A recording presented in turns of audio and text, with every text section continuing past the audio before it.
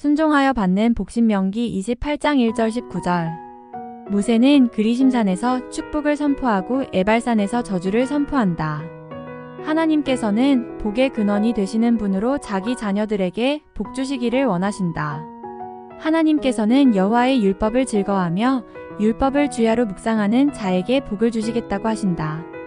그러므로 하나님의 복을 받으려면 먼저 하나님의 말씀을 삼가 듣고 명령을 지켜 행하라고 하신다. 그러므로 성경은 그냥 모여두기만 하는 장식품이 아니다. 이것은 하나님의 말씀을 멸시하는 태도이다. 하나님의 말씀을 주야로 묵상하며 말씀을 깨달으며 사랑해야 한다. 그리스도인은 세상을 두려워하기보다 창조주 하나님을 더욱 두려워해야 한다.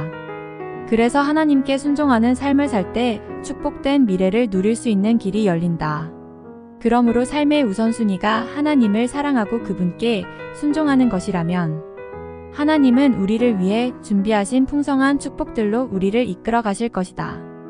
또한 하나님의 말씀에 순종하는 자는 어느 곳에서나 복을 누리며 자유롭게 편안한 삶을 영위할 수 있게 된다는 사실을 교훈하고 있다.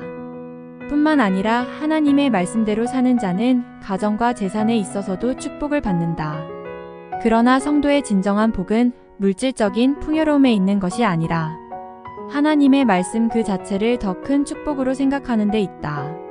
먹을 것이 풍부한 것도 하나님의 큰 축복이 될 수 있으나 참된 성도는 육신의 양식보다 생명의 양식 하나님의 말씀을 더 사모한다.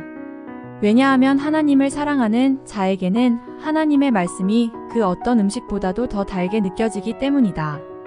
하나님의 말씀에 순종하는 자는 언제나 하나님의 은혜에 감사하며 살게 된다.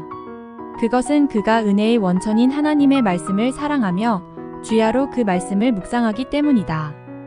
또한 하나님의 말씀을 순종하는 자는 언제나 하나님의 보호와 위로를 받는다. 그러므로 원수가 그를 공격할지라도 격퇴시켜 주실 것이며 회방과 멸시를 제거해 주실 것이다. 하나님의 말씀을 순종함으로써 사업에 축복을 받는 것도 큰 축복이다. 그러나 하나님의 말씀을 사모하는 자에게도 말씀 그 자체가 가장 귀한 그의 기업이 된다. 그리고 하나님의 말씀대로 생활하는 자는 하나님의 거룩한 백성으로 인정을 받게 된다. 그래서 당연한 명예를 누리게 된다.